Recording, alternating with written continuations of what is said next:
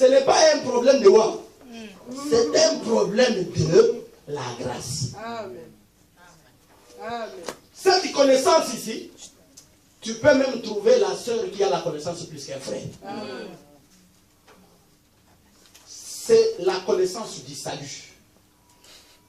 Par rapport au salut. Tout enfant de Dieu.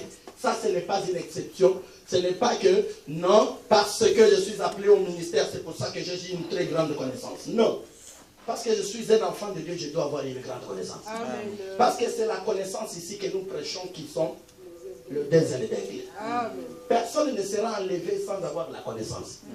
C'est la connaissance qui font le désert d'aigle. Et cette connaissance-là n'est pas donnée seulement à un ministre. C'est la connaissance qui est donnée à un enfant de Dieu. Amen. Il n'est pas dit, c'est pour ça que mon frère, ma soeur, je te conseille que enlève de ta bouche. Dis que moi je suis venu pour chercher mon salut. Vos problèmes là de les sangs du soleil.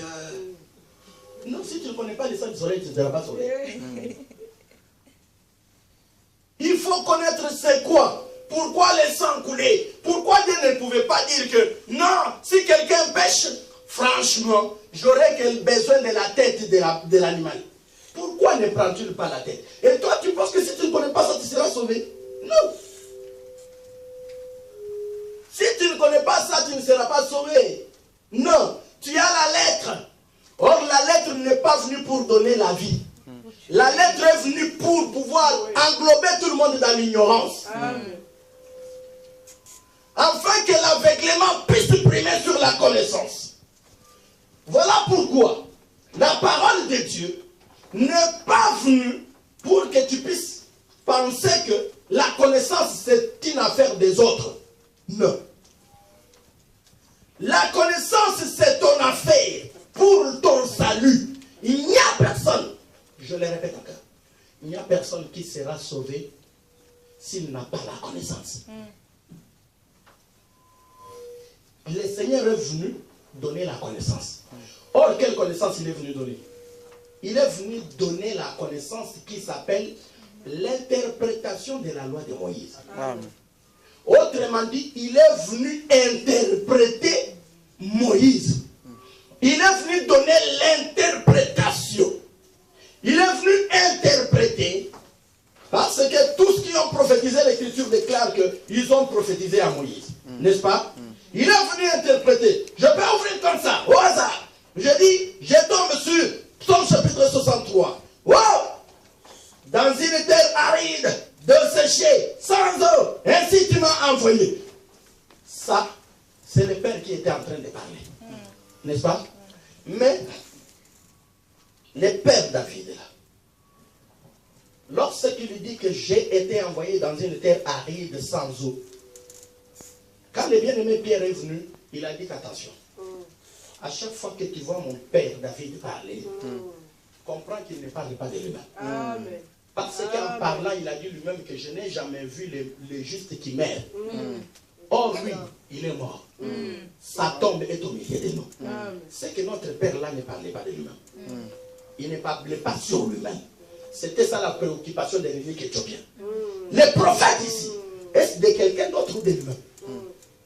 On lui répond que non, non. Il parle de quelqu'un d'autre. Tout cela pour signifier quoi?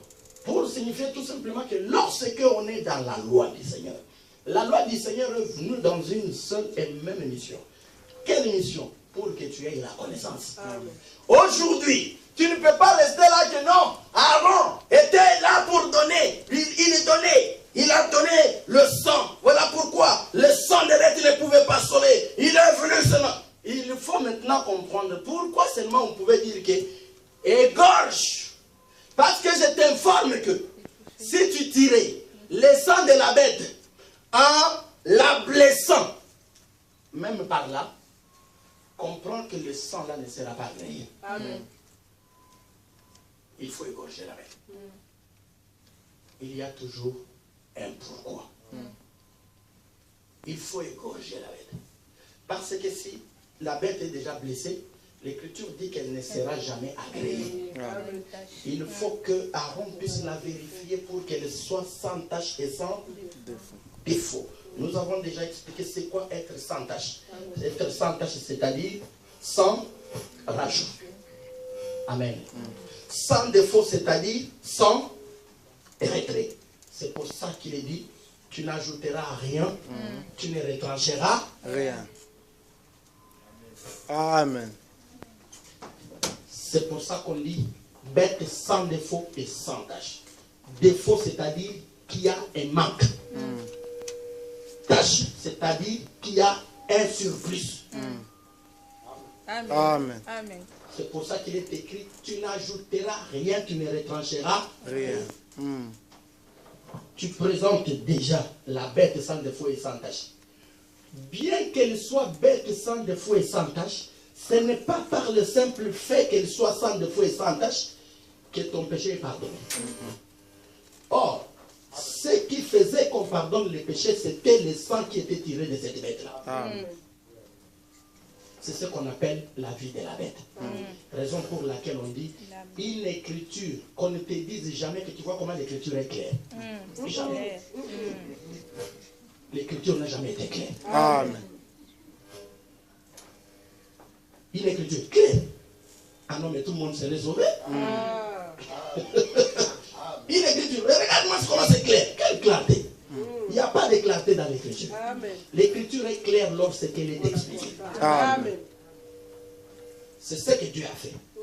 Et cela, c'est pour te dire quoi? On te disait tout simplement que la connaissance n'est pas synonyme du ministère. Là, je t'exhorte, mon frère, ma soeur. Cherche la connaissance pour ton propre salut. Amen. Le ministère, c'est une autre chose. Le ministère, c'est une grâce. Amen. Amen. Le ministère, c'est un choix. On vient, on choisit quelqu'un. Parmi ceux qui ont la connaissance. Amen. Amen. Qui choisit là? Ce n'est pas l'homme de Dieu. Amen. Amen. Qui choisit, ce n'est pas l'homme de Dieu. L'homme de Dieu n'a pas le droit de dire que, à partir d'aujourd'hui, tu deviens ministre. Non, c'est anti-parole. Amen. Amen.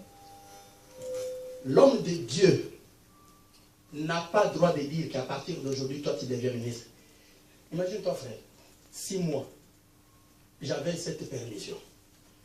Moi, je vais aller chercher quelqu'un d'autre. Je commence par mon fils. Oh, soyons clairs.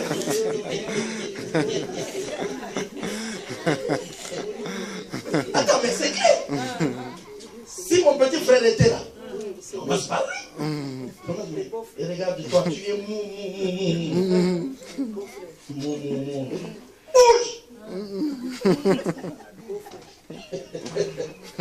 On commence à les lancer petit à petit. Mais Dieu ne nous a pas permis de faire ça. Amen. Amen. Amen. Par la crainte de Dieu, tu ne peux jamais faire ça. Amen.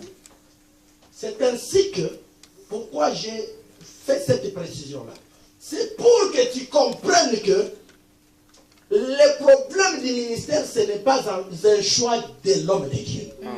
C'est une désignation de Dieu lui-même. Amen. Dieu donne seulement à l'homme de Dieu les yeux de voir les signes qu'il a mis. Amen. Et ça se passe sur le plan prophétique.